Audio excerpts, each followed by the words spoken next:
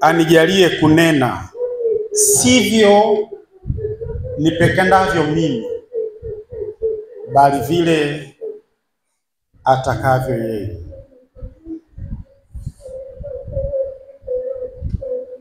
Leo ni siku ya ibada ya usharika mtakatifu, ambapo tutakwenda kushiriki meza ya Bwana kama tulivyotangulia kutangaza mwanzoni, na leo imefika tarehe ambayo ni ya kushiriki usharika mtakatifu. Nimepewa neno gumu kidogo, lakini kwa neema ya Mungu naomba likakuvushe, naomba likaulete uponyaji wake katika maisha yako. Neno letu la leo linapatikana kutoka katika kitabu cha Ufunuo sura ya 13 mstari wa 8. Kitabu cha Ufunuo sura ya 13 mstari ule wa 8.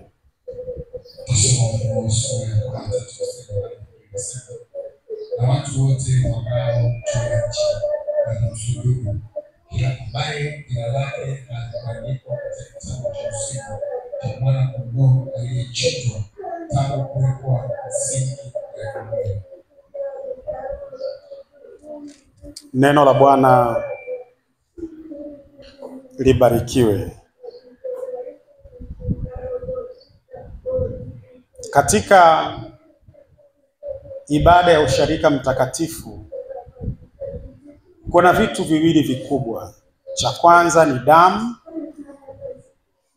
ya aliyechinjwa, na cha pili ni mwili wa aliyechinjwa.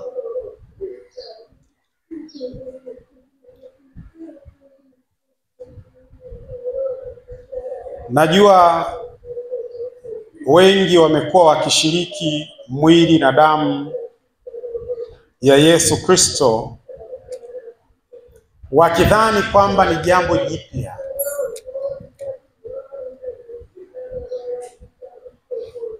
Lakini maandiko matakatifu kama tunavyoyasoma yanasema mwanakondoo aliyechinjwa tangu kuwekwa misingi ya dunia.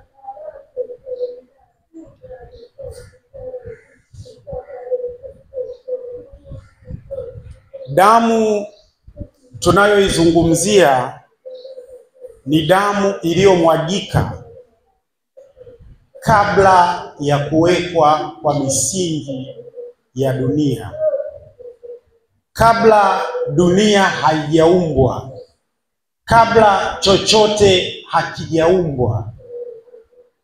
Hii damu ilimwagika. Bwana Yesu asifiwe. Na ndio maana ilikuwa sababu ya Mungu kuja kuonekana katika uumbaji wake na kuchinjwa upya ili kuthibitisha kile kilichofanyika mwanzoni. Najua wengi tunaposoma habari za uumbaji wa dunia, tunaposoma kitabu cha Mwanzo, aidha tunadhani Mungu aliviita vitu tu vikaja vikatokea kutoka kusikojulikana,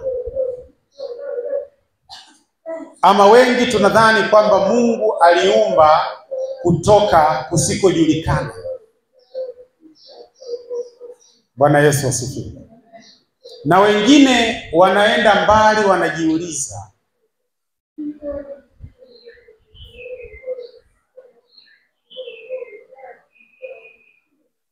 Katika uumbaji Mungu alitumia maneno mawili. Kuna kuviita vitu na kuna kuviumba vitu. Kuna vitu aliviumba kwa maana havikuwepo, na kuna vitu aliviita kwa maana vilikuwepo.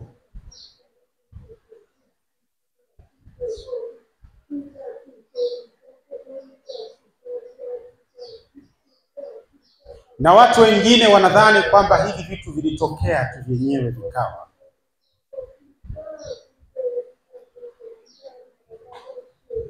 Bwana Yesu asifiwe. Na kama hivi vitu vilitokea, ni wapi ambapo mwanakondoo alichinjwa kabla ya kuumbwa vitu vyote?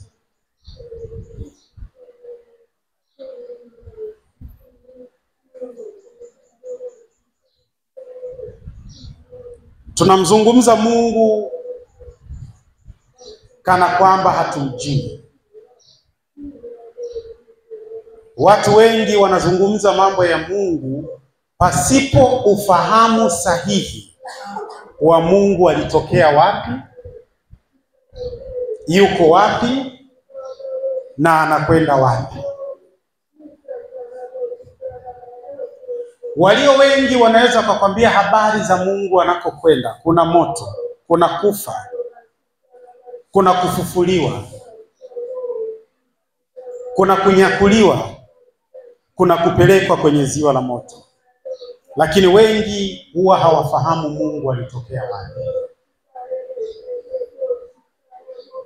Ni somo gumu sana ambalo leo nitaligusia kidogo kwa sababu sio siku yake. Ila kukupa ufahamu kulingana na hiki ambacho kinaendelea, kuna baadhi ya mambo ambayo nitayagusa.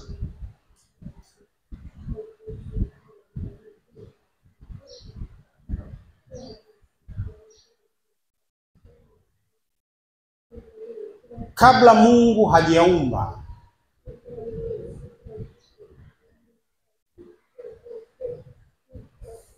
na ili Mungu aumbe, Mungu alifanyika dhabihu yeye mwenyewe.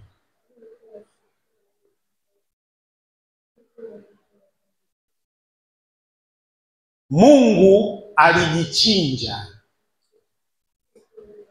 ili aweze kuumba. Unaposoma Biblia kwamba hapo mwanzo Mungu aliumba mbingu na nchi, nayo nchi ilikuwa utupu na tena ukiwa, na Roho ya Bwana ikakaa juu ya maji.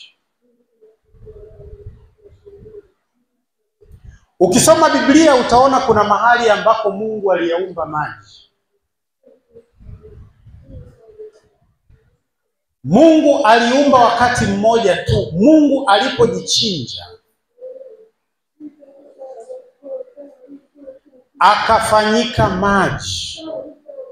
Yale maji ambayo unayaona kwenye ule mstari wa 2 na wa 3 sio maji kama haya ambayo tuko nayo leo duniani.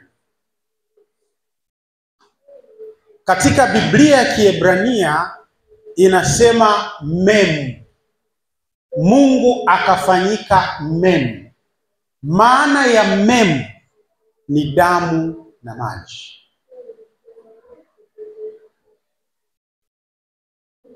Mem, M-E-M.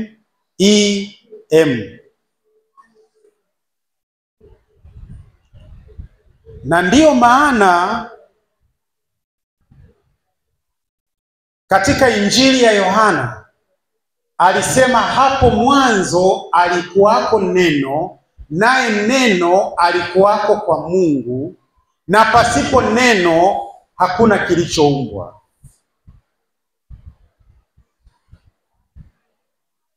Anazungumzia dhabihu ambayo Mungu aliifanya. Mungu hakuumba nje na yeye. Vyote alivyoviumba vimetoka kwake, na ndiyo maana mwisho vitarejea kwake.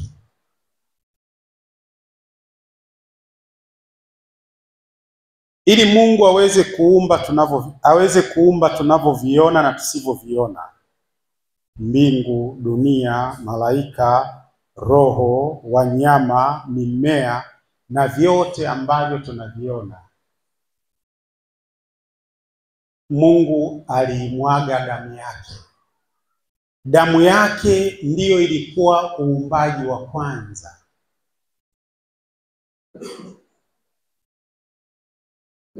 Na ili uweze kuelewa, ukienda katika kitabu cha Mambo ya Walawi 17 mstari wa 11, anasema na hiyo damu ndiyo uhai. Uhai umo ndani ya damu. Tunapozungumza damu, tunazungumza kwanza uhai. Tunapozungumza viumbe, tunazungumza uhai.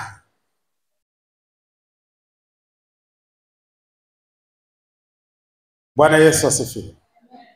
Ukienda katika kitabu cha Waebrania, kinasema damu ya Yesu inayonena mema kuliko damu ya Abili. Kwa hiyo tunagundua kwamba sauti iko katika damu. Neno limo katika damu. Kwa hiyo Yohana alikuwa sahihi aliposema hapo mwanzo alikuwako neno, kwa sababu neno ni ile damu ya kwanza kuonekana kabla ya uumbaji wote. Katika Kiswahili na katika Kiingereza lilikosekana neno zuri, wakatuambia maji. Lakini katika Kiebrania ambapo ndio asili ya Biblia, haitumii neno maji, inatumia neno mem. Maana yake damu na maji. Na ndio maana alipokuwa pale msalabani, walipomchoma mkuki ubavuni, ilitoka damu na maji, kumaanisha kwamba mimi ndimi mzaliwa wa kwanza wa viumbe vyote. Unaposoma habari ya maji, maji yalikuwa yamejaza mbingu na nchi. Manake kabla ya uumbaji alikuweko Kristo.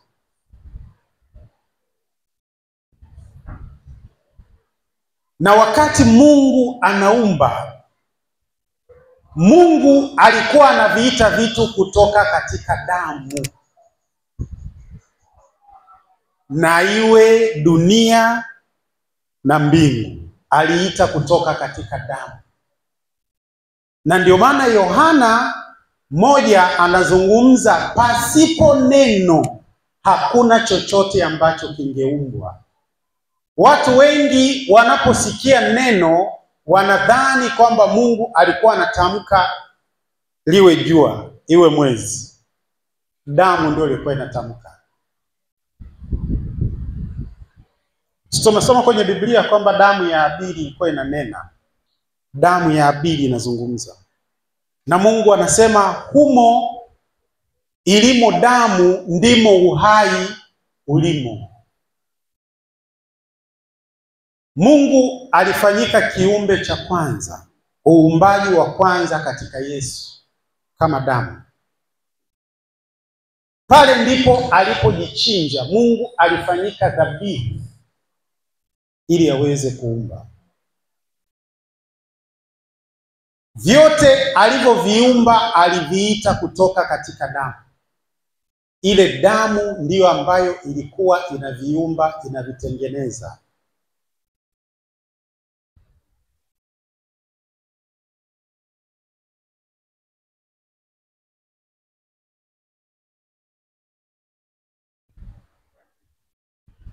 Ni damu inayozaa mpaka leo. Ni damu ambayo uzima umo ndani yake mpaka leo. Wanasayansi wamejaribu kutafuta uzima wa binadamu uko wapi. Ni moto ulio ndani ya damu. Kuna moto usiojulikana ulioko ndani ya damu unaokufanya wewe mzima, unaokufanya wewe uzungumze, unaokufanya wewe uone, wewe usikie, wewe utembee, wewe ufanye vitu vyote.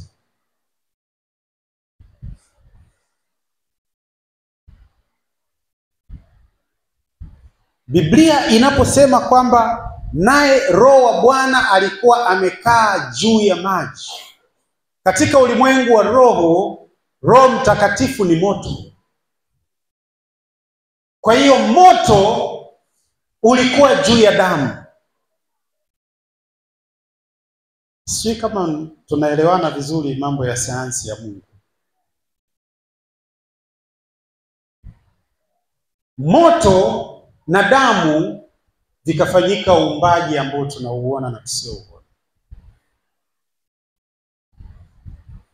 Na ndio maana mbinguni wanaiheshimu sana damu,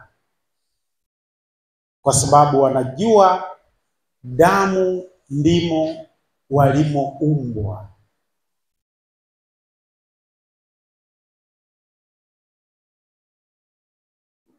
Adamu baada ya kuumbwa kuna maelekezo ambayo alipatiwa na Mungu, na Adamu hakuyafuata.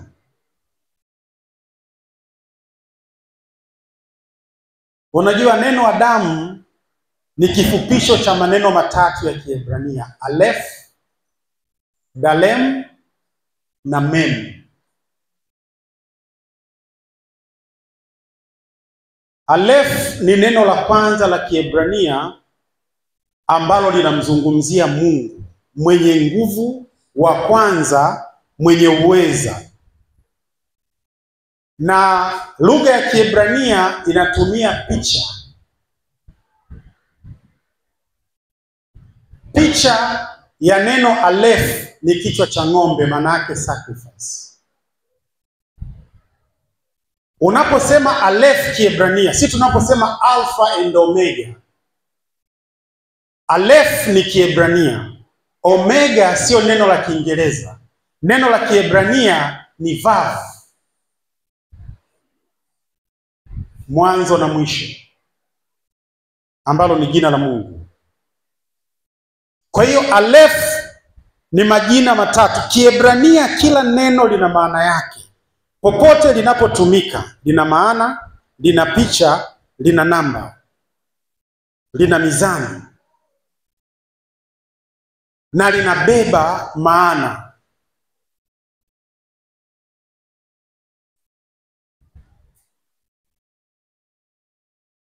Bwana Yesu asifiwe. Na ndio maana manabii wengi wa Kiebrania lazima katika combination ya majina yao neno El ya Mungu lazima liwepo mwanzo au mwisho wa jina lake. Samueli, Danieli na hata malaika wote wana neno El.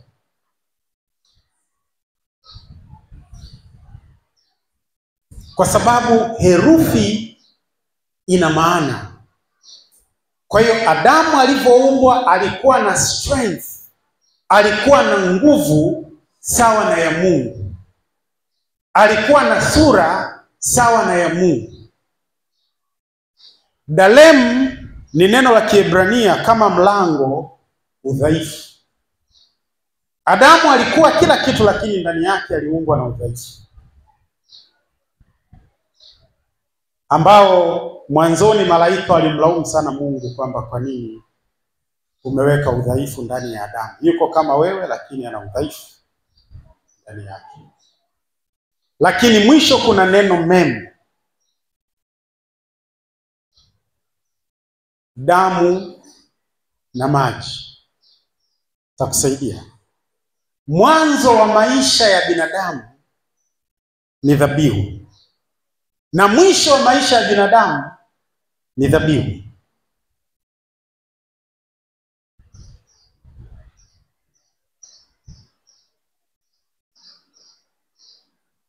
Sijui kama naeleweka vizuri.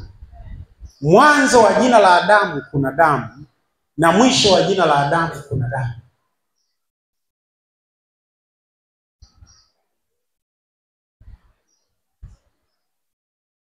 Ni kutokana na udhaifu uliokuwa ndani ya Adamu. Adamu alitenda dhambi.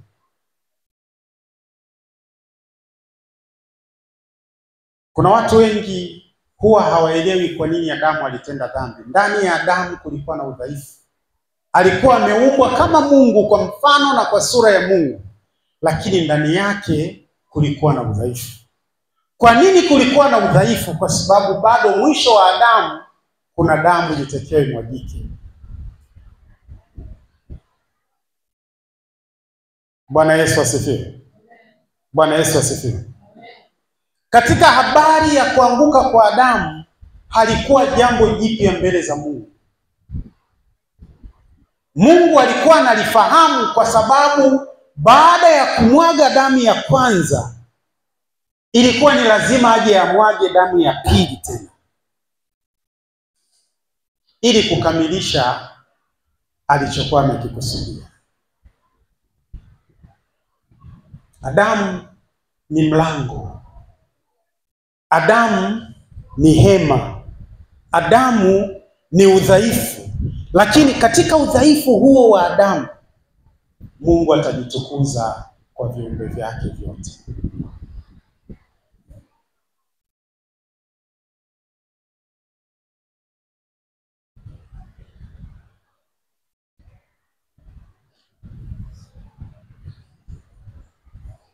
Adamu alipoanguka, ile sheria ya haki iliyokuwa ndani yake, nikitumia lugha nzuri, ile sheria ya uadilifu, kwa sababu neno sahihi pale ni righteousness, iliondoka ndani ya Adamu. Na ilipoondoka ndani ya Adamu, iliondoka ndani ya wanadamu wote. Sheria ya dhambi ikatawala.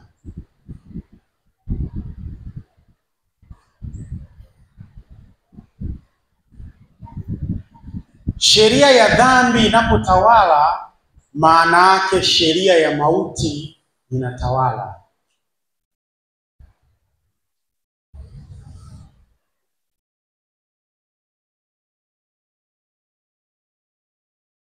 Sheria ya dhambi ilipoingia, wanadamu wakaanza kuugua, wakaanza kupata magonjwa.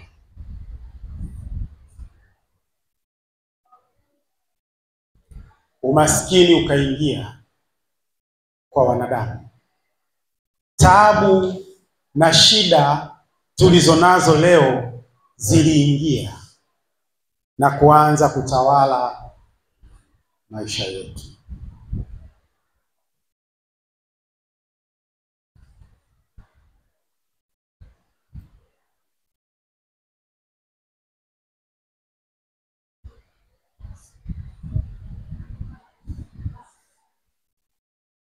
Chuki, magomvi, hasira, uchungu, kutokupendana, vita, magomvi yakaingia kwenye maisha ya mwanadamu. Tofauti na amani ya Kristo iliyokuweko ndani ya Adamu kabla Adamu hajatenda dhambi.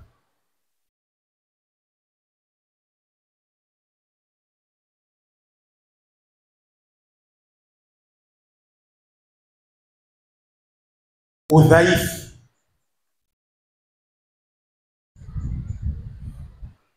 matatizo ya ndoa, matatizo ya uzazi yakaingia. Utumwa ukaingia. Unyanyasaji ukaingia. Uonevu ukaingia.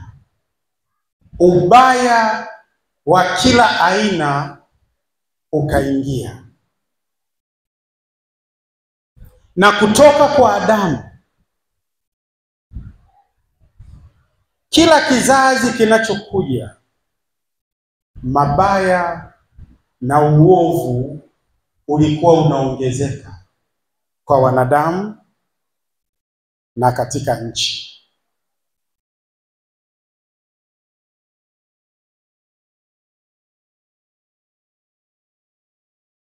Unajua Adamu alikuwa hata hachinji wala hali wanyama. Adamu alikuwa anakula matunda na mbegu.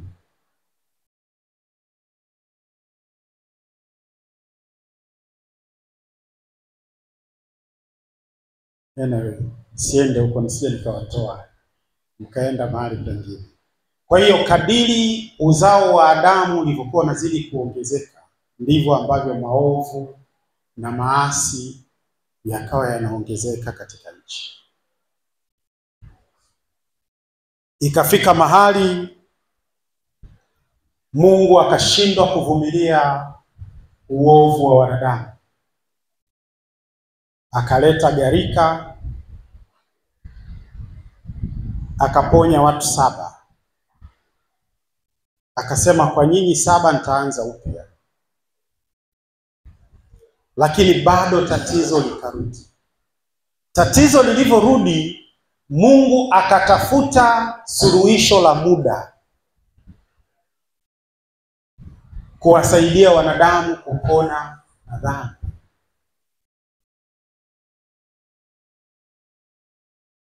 Leo nazungumza somo la nguvu ya uponyaji wa damu ya Yesu Kristo. Watu wengi hawaelewi nguvu ya uponyaji wa damu ya Yesu Kristo kwa sababu hawajui asili ya hii damu. Hii damu ndio iliyokuumba. Mpaka hapa nazungumza, hii damu ndio iliyokuumba. Na hii damu ndio iliyokufanya ukawa mkamilifu, mtakatifu, mwadilifu mbele za Mungu katika maisha yako ya kwanza kama Adamu. Na Adamu alipotenda dhambi alipoteza kila kitu. Asili ya Mungu iliondoka ndani yake. Adamu akaanza kuishi kama mnyama. Anakula kama mnyama, analala kama mnyama, anavaa kama mnyama, anatafuta nyumba kama mnyama, anatafuta maisha kama mnyama. Adamu hakuumbwa kuishi maisha kama mnyama, kuugua kama mnyama.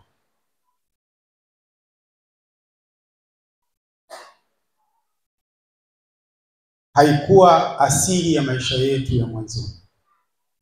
Lakini baada ya dhambi kutawala, yamekuwa maisha ya wanadamu.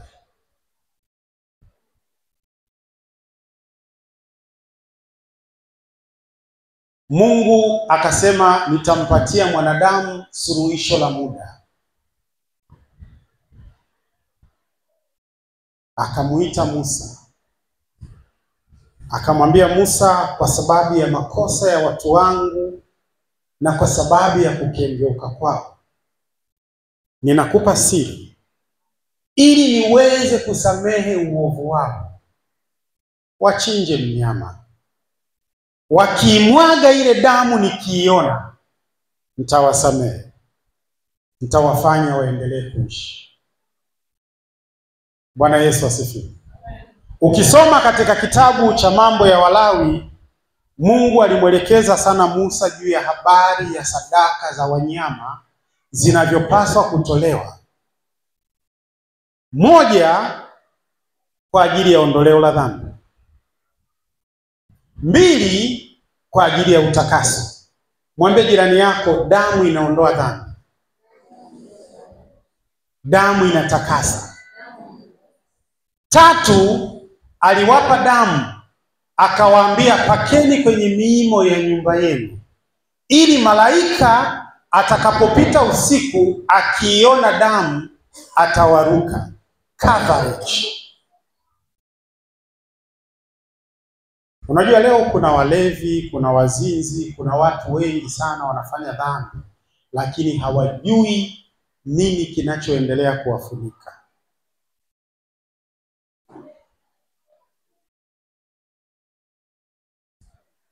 Ile damu ilikuwa ni kwa ajili ya kuwalinda, ulinzi wa kiungu.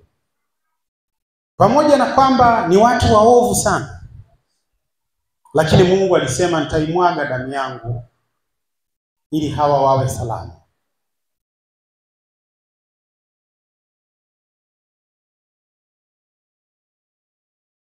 Waisraeli walikuwa wakiwa na vita, ilikuwa lazima wamtolee Bwana dhabihu ili waweze kushinda vita. Kwa hiyo damu pia tangu wakati wa Agano la Kale ilikuwa inatumika katika vita na ni alama ya ushindi. Toka katika Agano la Kale kuna mahali pia katika Biblia Mungu alimwambia Musa ichukue damu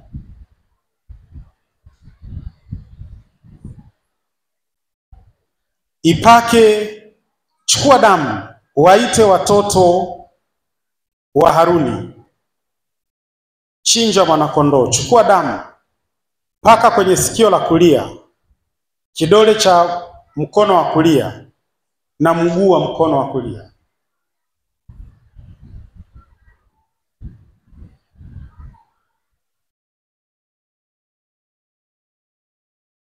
Ili nitakapozungumza wanisikie kwa masikio yao.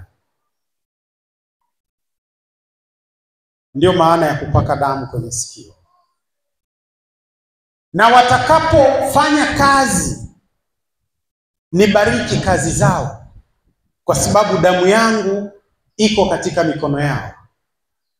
Na mguu, popote nitakapowatuma, popote watakapokanyaga kwa nyayo za miguu yao, nimewapatia kuwa pao.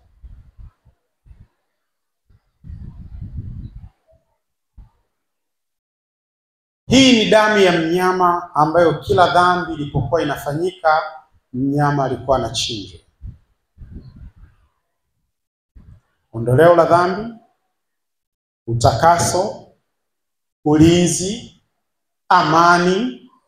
Kulikuwa na sadaka za amani, ushindi wakati wa vita, lakini pia kama upako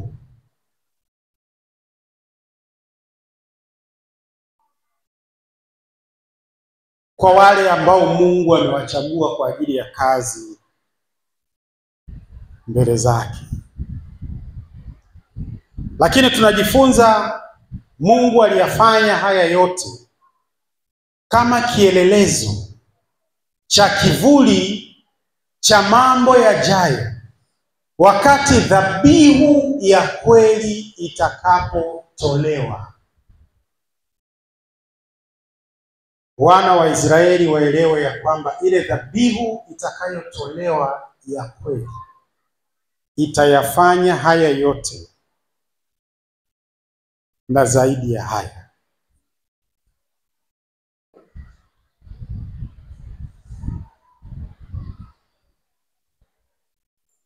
Kwa nini Yesu? Sio mara ya kwanza Mungu kumwaga damu ya kwake. Aliimwaga kabla ya kuwekwa kwa misingi ya ulimwengu. Aliimwaga mara ya pili kuthibitisha kile alichokifanya mwanzo na agano ambalo aliliweka mwanzo kabla ya kuwekwa kwa misingi ya ulimwengu.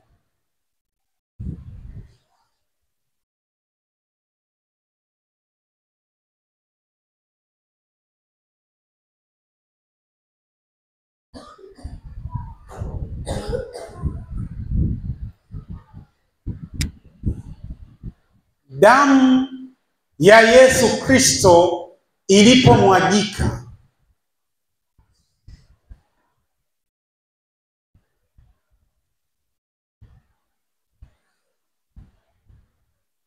nini kilitokea?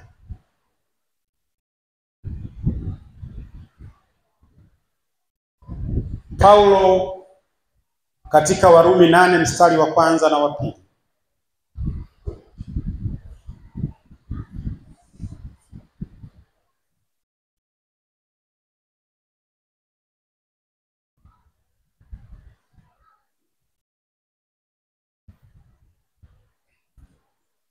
shauri yanayosema sasa basi hakuna hukumu ya adhabu juu yao walio katika Kristo Yesu, kwa sababu sheria ya Roho wa uzima ule ulio katika Kristo Yesu imeniacha huru, bali na sheria ya dhambi na mauti. Amina. Damu ya Yesu Kristo ilipomwagika ndipo ilipotengua sheria ya dhambi na mauti katika maisha yako. Mwanadamu yoyote ambaye alikuwa anazaliwa, ambaye alikuwa anaishi, alikuwa bado anaishi ndani ya sheria ya dhambi na mauti. Maana yake ni kwamba dhambi na mauti zina nguvu kuliko wewe. Na ndio maana walio nje ya Kristo wanaona ngumu sana kuacha dhambi. Kwa sababu gani? Sheria. Wako chini ya sheria ya dhambi na mauti. Ukikutana na mtu yoyote ambaye anaiogopa dhambi, huwezi kukiogopa kitu ambacho uko juu yake. Unakiogopa kitu ambacho uko chini yake. Yuko chini ya sheria ya dhambi na mauti. Damu ya mnyama ilikuwa haiwezi kutengua sheria ya dhambi na mauti.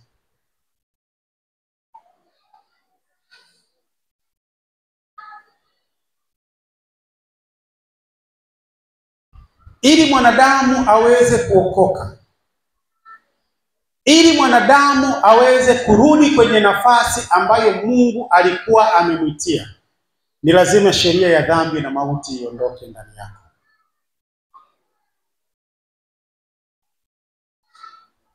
Kuna sheria ambayo inakulazimisha ufanye dhambi.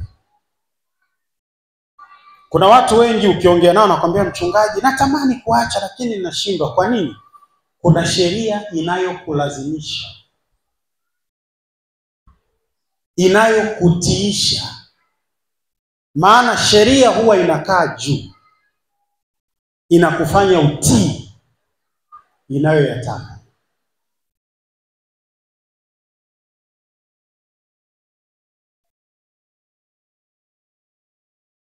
Kitu ambacho sadaka za wanyama ilikuwa haiwezi kutengua.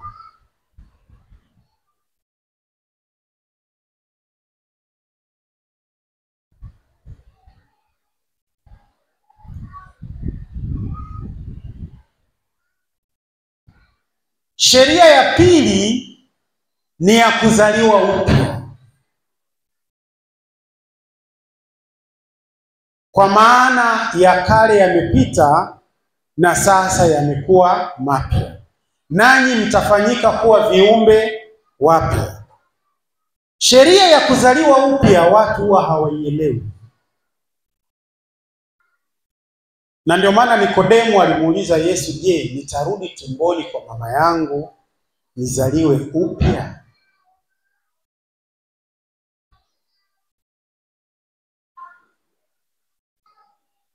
Damu ya Yesu inakufanya uumbwe upya. Maana ya kuzaliwa upya ni kuumbwa upya. Bwana Yesu asifiwe. Kitu ambacho damu ya mnyama ilikuwa haiwezi kufanya uumbwe upya.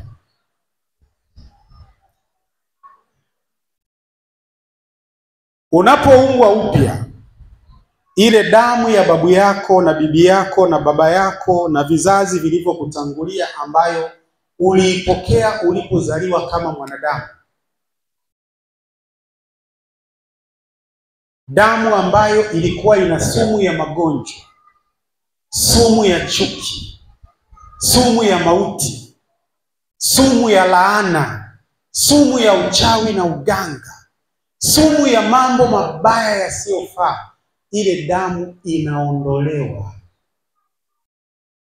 Na ile damu ya mwanzo ambayo alipewa Adamu, ambayo ni damu ya kiungu, inaingia ndani yako. Kwa sababu unaipokea damu ya kiungu kwa kuumbwa upya, automatically na wewe unaanza kuumba upya vitu.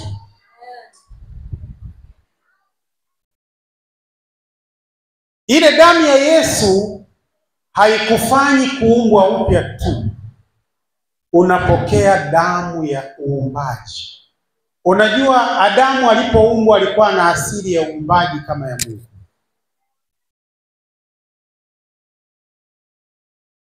Adamu alikuwa anaumba vitu.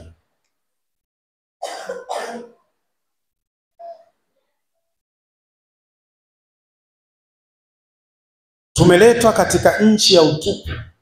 Hii nchi ni utupu, bado ni utupu, hamna kitu kwenye hii nchi. Usione magari, usione majumba, usione milima, usione ndege, usifikiri dunia imejaa. Hapana. Wakati Mungu anamwambia Adamu, nenda duniani ukazae ukaongezeke, maana yake kuna roho ya uzalishaji iliyokuwa ndani ya Adamu.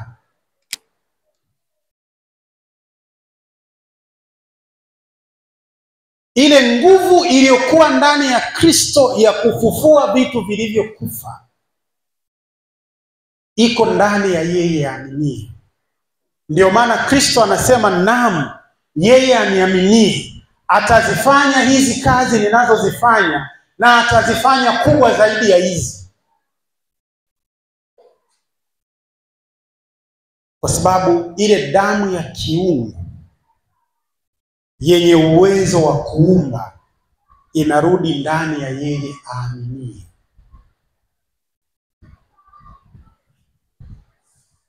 Hivi unajua damu iliyo ndani yako ndio inayozungumza kuhusu maisha yako.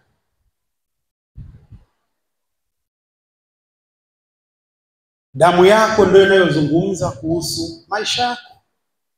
Kwa sababu ndani ya damu yako ndimo uhai wako ulimo.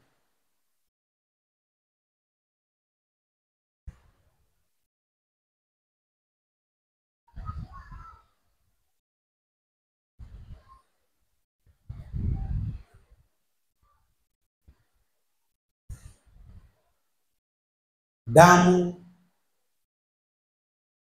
ya Yesu inakufanya kuwa kiumbe kipya.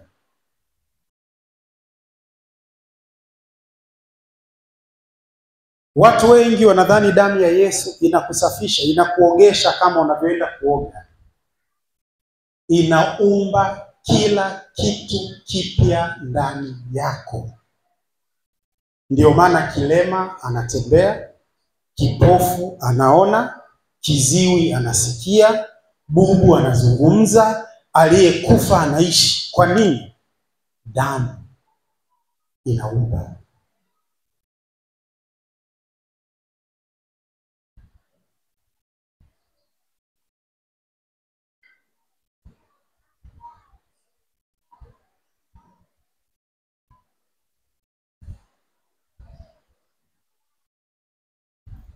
Lakini damu ya Yesu ndiyo damu pekee inayoweza kukupatia uzima wa milele.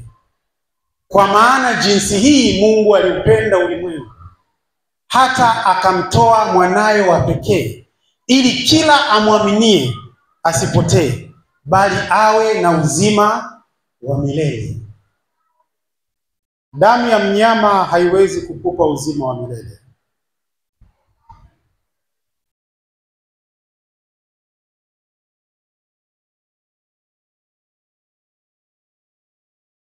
Damu ya Yesu inakupa haki ya kuupokea uzima wa milele. Maisha yasiyo na mwisho.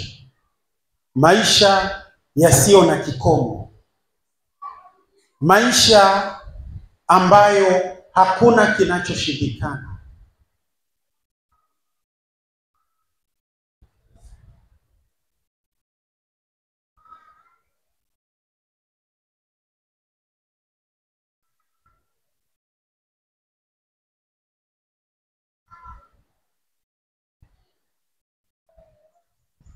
Biblia inasema damu ya Yesu inanena mema kuliko damu ya Habili.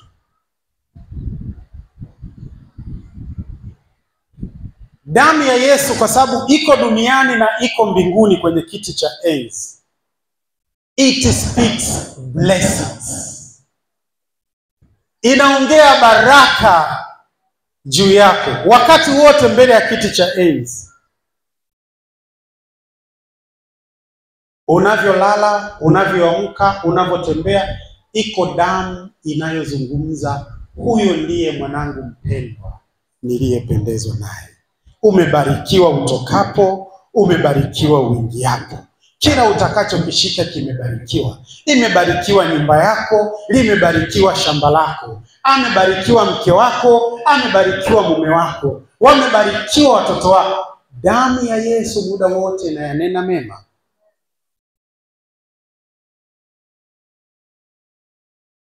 juu yako.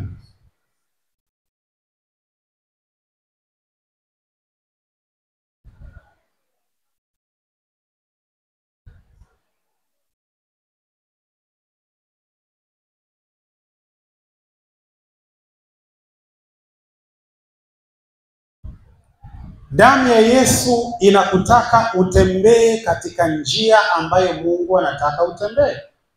Damu ya Yesu inakufanya uyafanye mambo ambayo Mungu anataka uyafanye. Damu ya Yesu inakufanya uwe vile ambavyo Mungu anataka uwe.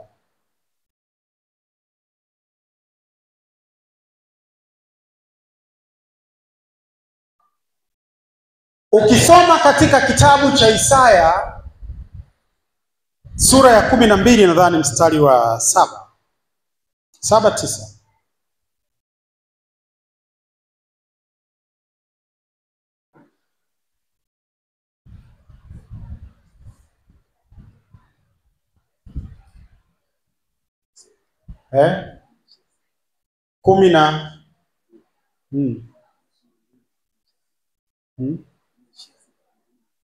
Kwenye 12. Na utafuta ule mstari ambao unasema kwamba tazama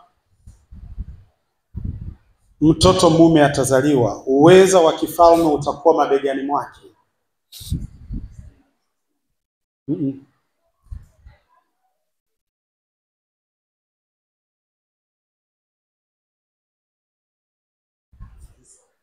Ni 9:6. Hebu soma Isaya 9:6.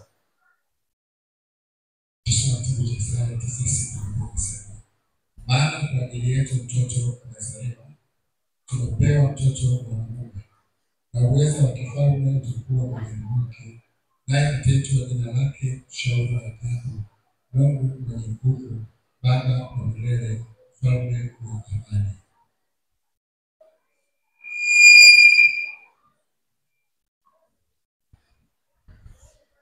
Haleluya. Katika huu mstari Yesu Kristo damu yake inaturejesha Mungu alipotaka tuwepo. Kwanza inauleta ufalme ambao tangu mwanzo Mungu aliumba akauweka ndani yetu. Unajua sisi katika huu ulimwengu ni wafalme. Tuliletwa kwa ajili ya kuutawala huu ulimwengu. Mwanzo 1:26 pale inazungumza, nendeni mkazaane, mkaongezeke, mkamiliki, mkatawale, mkatiishe.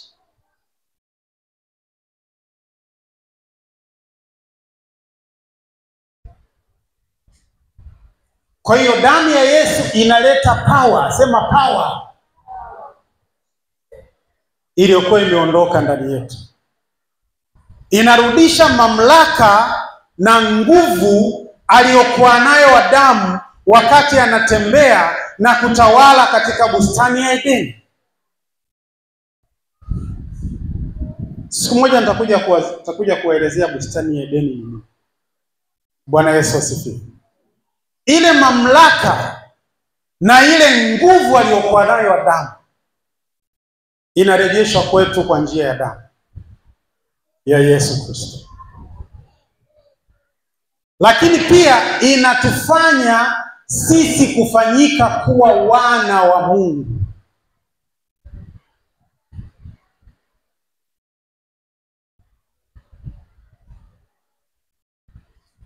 Biblia inapozungumza mwana wa Mungu, maana yake ni Mungu mdogo.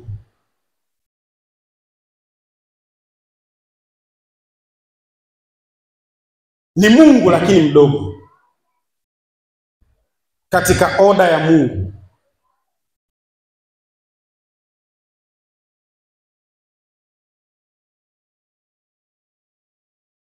Maana ya Mungu mdogo, maana yake ni kwamba unakuwa Mungu katika huu ulimwengu, kwa sababu Mungu hawezi kufanya chochote katika huu ulimwengu bila wewe, na ulimwengu wa roho hauwezi kufanya chochote katika huu ulimwengu pasipo wewe. Lakini pia tumeambiwa uweza. Damu inatufanya tupokee uweza wa kutoka juu, uweza wa kuyafanya mambo ambayo hayawezekani katika huu ulimwengu. Damu na nyama haviwezi kufanya, lakini sisi tunafanya kwa neno. Namkuta mtu ana kansa, unamwambia uwe mzima, anakuwa mzima. Mtu hajawahi kutembea tangu kuzaliwa, unamwambia simama, inuka, anapata mifupa mipya, anasimama, anatembea.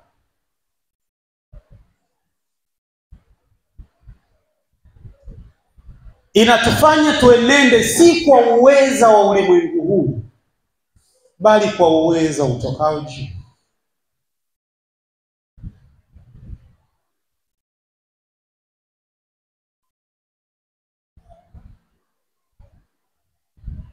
Kuna watu wamepita, wameuonesha uweza wa Mungu wa ajabu.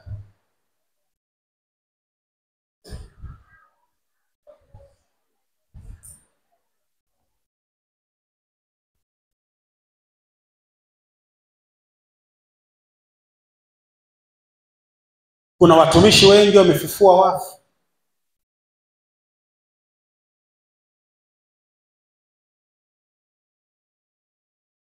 Kuna watumishi wengi wamewainua watu walio katika viti na katika vitanda kwa muda mrefu. Kuna watumishi wengi wamewafanya watu kuwa na viungo ambavyo hawakuzaliwa navyo.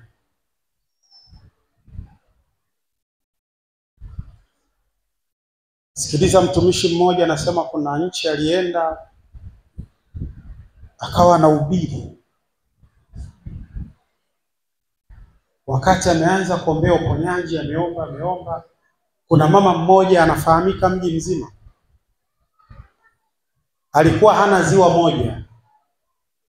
Baada ya maombi ziwa la pili likaota. Alivyoenda mbele, umati mzima ukao unashangilia. Mtumishi anasema nini? Wanamwambia huyu alizaliwa na ziwa moja, ziwa la pili limeota. Mtumishi kaambia mama, mbona unachozungumza sielewi?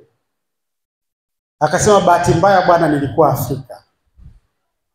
Yule mama akashika gauni akapandisha juu, akamwambia unaona maziwa yangu sikuzaliwa hivi? Akamwambia Mungu, mambo gani? Akamwambia hapana, nimekuita ufanye maajabu, ufanye miujiza. Nimekuleta kwa ajili ya kufanya maajabu, kwa ajili ya kufanya miujiza, kwa ajili ya kuyafanya mambo yasiyoweza kusemeka, kutamkika wala kuelezeka. Na hatuogopi watu wanaposema sijui unatumia nguvu gani. Hatuogopi, kwa sababu sisi tunajua hiyo nguvu ambayo wanasema tunatumika nayo haiwezi kuyafanya haya mambo.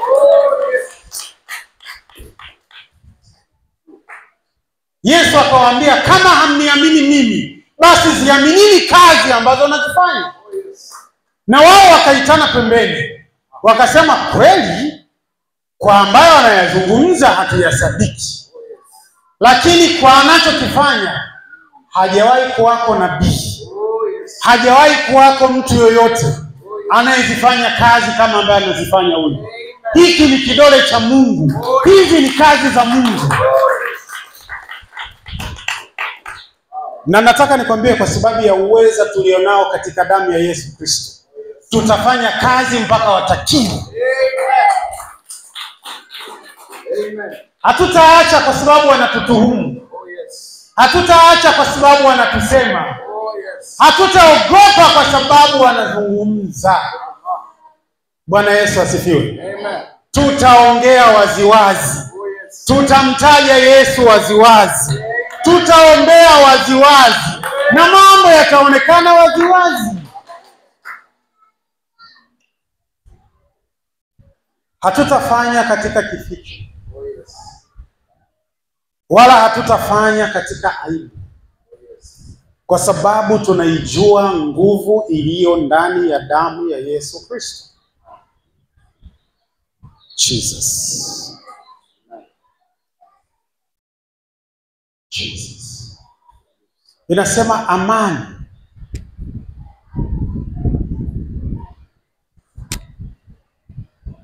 Watu wengi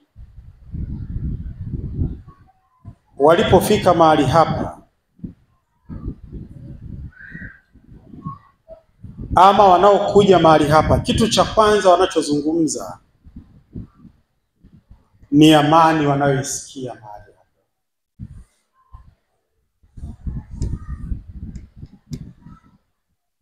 Mtu yoyote akiombewa, kitu cha kwanza anachozungumza ni amani anayoipokea.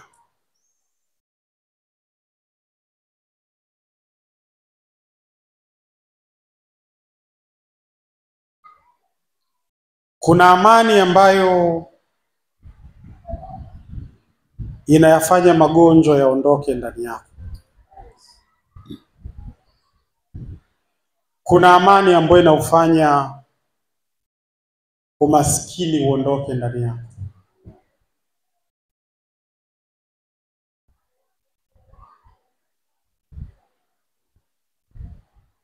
Kuna amani ambayo inaifanya laana iondoke ndani yako.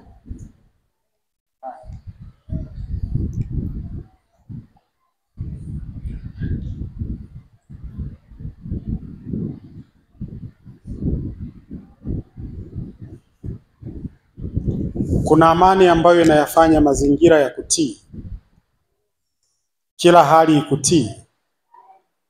Shetani na mapepo wa kutii.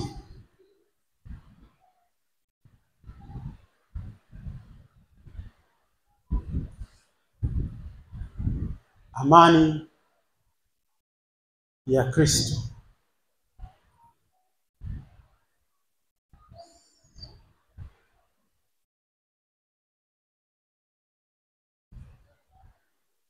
Iko amani ipitayo mambo yote,